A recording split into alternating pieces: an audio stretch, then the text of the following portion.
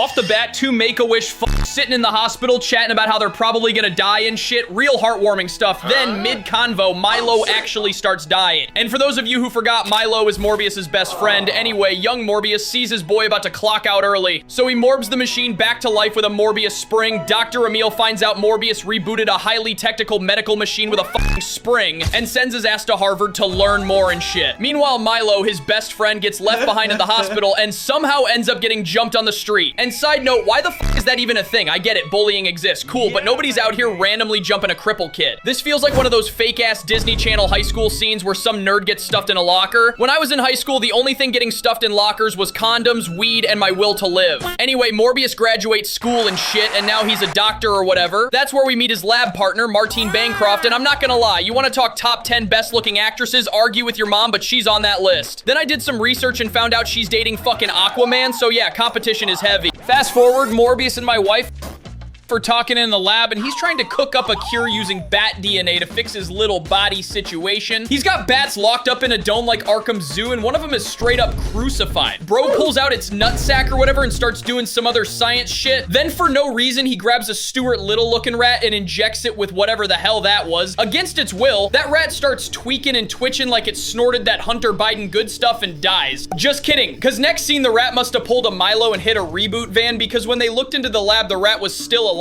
So what do we know now? We now know the cure works, but I guess Morbius, the Harvard graduate, never heard of the scientific method, because instead of doing 3 tests, maybe 4 or 10, and cross-referencing the data like a normal human being, this man hops on a boat and decides to inject bat nuts and saliva straight into his own bloodstream, and who would have thought shit goes completely wrong? My wife, along with some random dude with a gun, opens the lab door and sees Morbius Morbin on the ceiling like a cracked-out gargoyle. And let me just say, that dude with the gun was hesitating a little too much for me. The minute I see a mutated bat fuck crawling on the roof, I'm unloading the entire clip. I don't need context, and I'm not waiting for no dialogue. But eventually, dude finally starts shooting and gets sent to God immediately. My wife runs out the lab, locks the door, and now the other dudes with guns start rolling in. Now listen, she's beautiful, yeah, but she is not all there up top, because she tries to stop the guys with the guns like she didn't just watch one of them get sucked dry, and not in the good way. They push her, she hits her head, and yeah, she's out cold. Morbius breaks out the lab, sees my wife laid out, and suddenly this shit just turns into a horror movie. They fire the first bullet right, and shit goes wrong. I know aura when I see it. The second they fired that first bullet and he looked back at it midair, like that shit is badass. He fucks up all the men faster than I last in bed. Also, one thing I do have to commend, at least the guy shooting at him had a brain, because the moment they saw Morbius morb their comrades' insides, they immediately shut the door instead of continuing to shoot like some fucking NPCs. And remember when I said this shit felt like a horror movie? Yeah, here's why. Morbius was picking these dudes off like it was a stealth mission in Batman Arkham. One guy got dragged away into steam and smoke, another got snatched and pulled into the void, and one dude just got randomly slashed across the face. The cameraman even got fucked up. Morbius finally comes down off his high and realizes what he's done. He uses the ship's distress call to ask for help,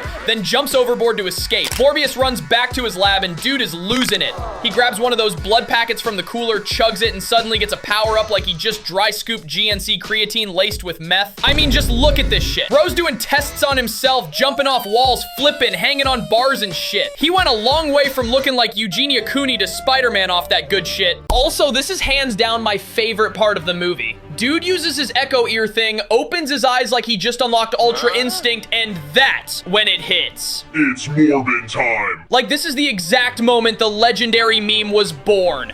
Anyway, he locks himself in a room to test what happens if he doesn't get any blood, and I'm not sure why the f he did that, because anyone with a brain could have told you it was gonna be withdrawals. Like, dude, we already saw this. The second he escaped the ship, he was deep-throating blood packets like Capri Suns. Why would you lock yourself up knowing damn well you're gonna start tweaking? But by the power of sheer plot, Milo walks in. Yeah, his best friend from earlier. I forgot to include him, but he's older now and shit. Anyway, Milo sees him spazzing, realizes he needs blood, and gives it to him like this is normal. But I know Milo is a complete idiot. Like as if he didn't just walk in and see Morbius going through straight up crack withdrawals. He watches Morbius chug blood, stand up all wobbly, and goes, "Wow, you look healthy. Can I get some?" And Morbius, being the only logical human being in the room, tells him no. That pisses Milo off. And you know what? I get it. He's still sick and weak as hell. Meanwhile, Morbius is now a drug addict with superpowers. Now that I think about it, maybe Milo's logic ain't so bad after all. Anyway, Milo leaves. Few hours later, boom, dead nurse. Blood sucked out, body on the floor, Morbius standing over her like, damn, Did I do that? So now he knows it's time to go on the run. But the moment he tries to head out the door, the FBI pulls up. They start interrogating him, asking questions, putting 2 and 2 together, and yeah, Morbius ends up beating their ass and dipping. He's sprinting through the building, and look, say what you want about the movie, but that slow motion bullet dodge effect, that shit goes fucking hard. Morbius eventually gets caught, surrenders, and ends up in jail. While he's locked up, Milo walks in, claiming to be his lawyer. He drops off a little blood bag as a gift, like it's some kind of vampire care package. But then Morbius notices something. Milo left behind his walker. That's when the math starts mathin'. Milo's healthy now. Milo was the one who killed the nurse. Milo somehow got the drug addict vampire drugs. Morbius was not fucking with that. Cue the fight scene. Morbius and Milo start throwing hands in the underground subway. They chasing after each other, tackling each other and shit, and I'll give credit where credit is due. They actually show speed well. The quick hits mixed with slow-mo, solid. But that foggy ass mist effect, they be overlayering that shit. Like deadass, why the fuck does every punch look like it's happening inside a humidifier? But again, I'm not some dick rider. Remember at the start of the movie, Milo got bullied. So I'm just gonna assume that's why he decided to kill these cops. Think of it like this.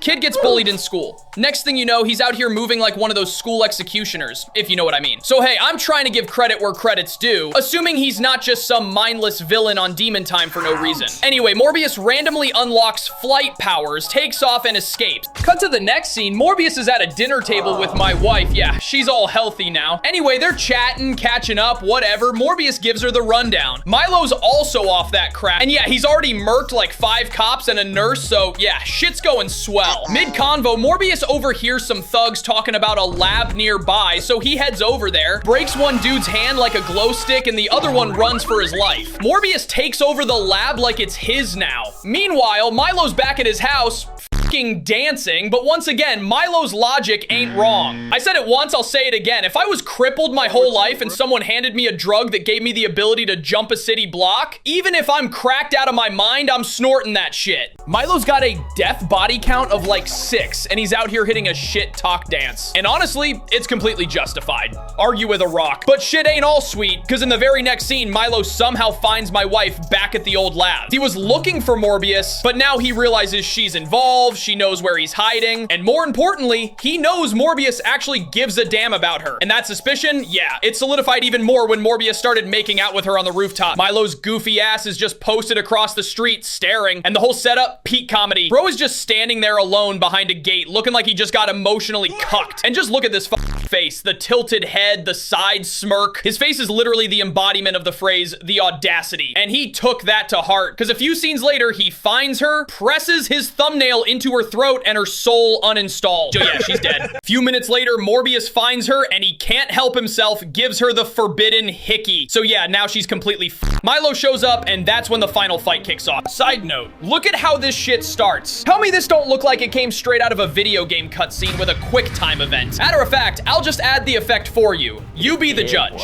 Anyway, they fall out the sky, crashing into shit, bouncing off buildings, all that. Milo takes a swipe and tags Morbius, so yeah, he's getting his ass whooped. Bro gets picked up and thrown off a building, and Milo, this man doesn't even give him a break. Mid-fall, he catches him, slams him into another building, and then hits him with a RKO through the concrete. Like, why are you this mad? I get it, you beat some cops up and you were bullied as a child, but Morbius was your best friend. Bro ain't do nothing besides telling you to not take the drugs. They land in some underground tunnel or whatever, and Morbius lets out a blood-curdling scream. When I first saw the movie, I didn't know what the fuck that was. Had me thinking he was about to suddenly manifest a power-up and some new hair color on some Goku shit. Turns out he just summoned some bats. Whole movie looked like a Batman fetish. Bats come help him up, he uses the bats like a fucking laser beam, and they attack Milo. He then stabs Milo in the chest with the cure. Then aura farms and flies off into the sky with a bunch of bats. I like how Milo goes back to normal and this dude gets a whole anime send-off with bats and wind and shit. So let's recap. 2 sick guys took vampire meth, endangered half the city, the only love interest, and one of them flew off into the sky like the story just resolved itself. Peak cinema.